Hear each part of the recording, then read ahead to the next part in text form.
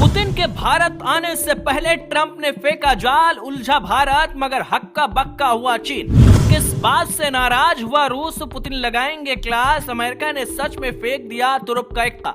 अंतरराष्ट्रीय राजनीति का खेल कभी कभी तो चालबाजी से भरा होता है। अभी रूसी राष्ट्रपति व्लादिमीर पुतिन भारत आने की तैयारी में है। भारत रूस शिखर सम्मेलन के लिए, जो कि दिसंबर 2025 के पहले हफ्ते में होने वाला है। लेकिन ठीक इस वक्त अमेरिकी राष्ट्रपति डोनाल्ड ट्रंप के नेतृत्व वाली सरकार ने ऐसा जाल फेंका है जिससे न सिर्फ भारत उलझ गया है बल्कि चीन हक्का बक्का हो गया है और रूस भी नाराज हो रहा है। लेकिन अमेरिका ने ऐसा क्या कुछ किया है, क्या कुछ कहानी उसकी तरफ से तैयार की गई है, रूस, चीन और भारत सब क्यों हैरान है? चलिए इसकी पूरी कहानी आपको ज्योति विनय कपूर बताएंगे।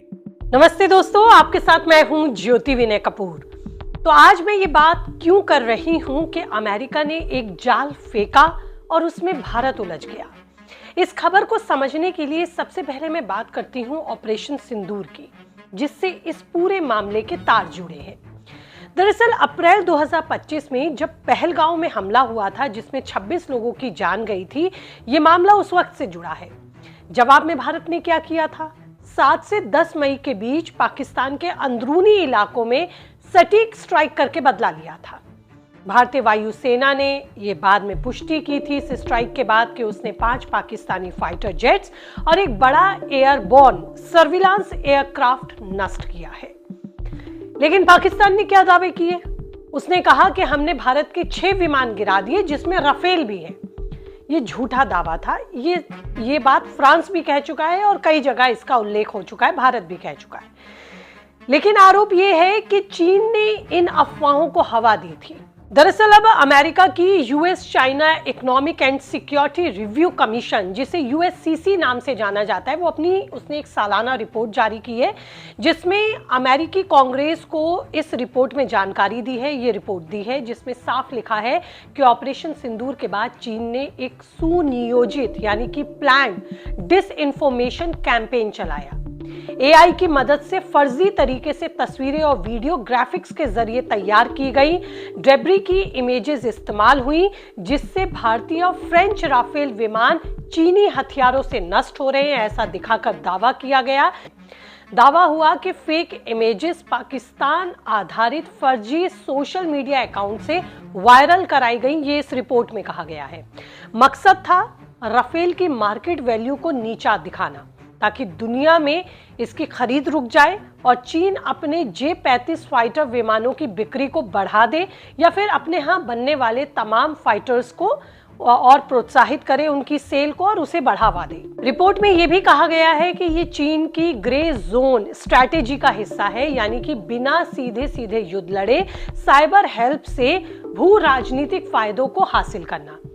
फ्रेंच इंटेलिजेंस के हवाले से यह भी कहा गया कि चीनी दूतावासों ने इंडोनेशिया को राफेल डील कैंसिल करने पर भी राजी किया, जो पहले से ही पाइपलाइन में थी या प्रोसेस में थी। चीन ने पाकिस्तान को HQ-9 एयर डिफेंस सिस्टम और PL-15 मिसाइल्स दिए थे और इन्हें सफल बताकर इसकी मार्केटिंग भी खूब की थी। भारतीय सेना ने कहा था कि चीन ने पाकिस्तान को लाइव इनपुट्स दिए हैं, लेकिन चीन ने तब इनकार किया था। लेकिन अब इसी तरह की मिलती हुई जानकारी अमेरिकी रिपोर्ट में भी कही गई है, मगर अब यूएससीसी रिपोर्ट ने इसे अपॉर्चुनिस्टिक बताया है, जिससे भारत भी हैरान है। रिपोर्ट के मुताबिक चीन ने भारत पाक तनाव का फायदा उठाया और अपने हथियारों की ताकत को दुनिया में बढ़ाने की कोशिश की, खासकर भारत के साथ बॉर्डर टेंशन के बीच। मगर बीते कुछ महीनों में हमने ये भी देखा है कि भारत और चीन के रिश्ते अच्छे हुए हैं, पटरी पर आए हैं। चीन ने भी भारत के साथ कदम आगे बढ़ाए हैं, रिश्तों को सामान्य करने की कोशिश की है। चीन ने पाकिस्तान को भी कुछ जगहों पर, कुछ मौकों पर या कुछ मुद्दों पर झटका दिया है और दोस्ती भारत के साथ दिखाई है।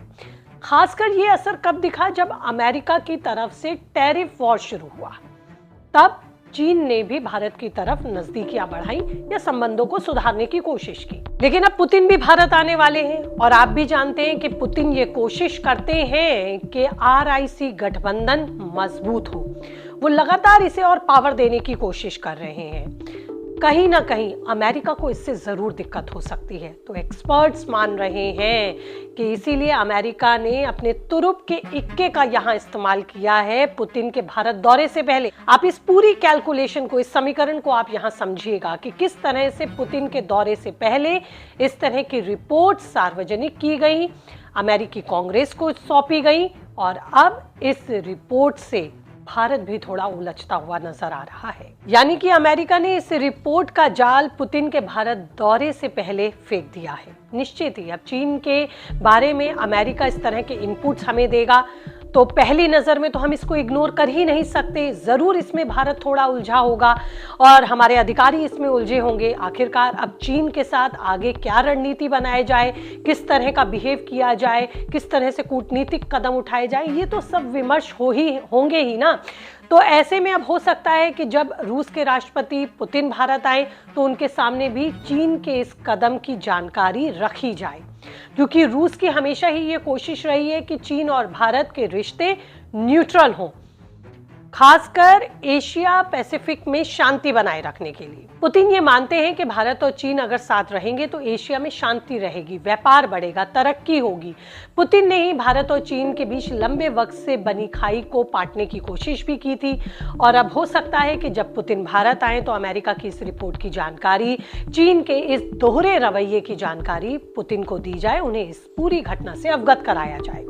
मतलब भारत ये मांग कर सकता है, कह सकता है कि आप चीन को समझाइए, आगे क्या होगा ये तो देखने वाली बात है।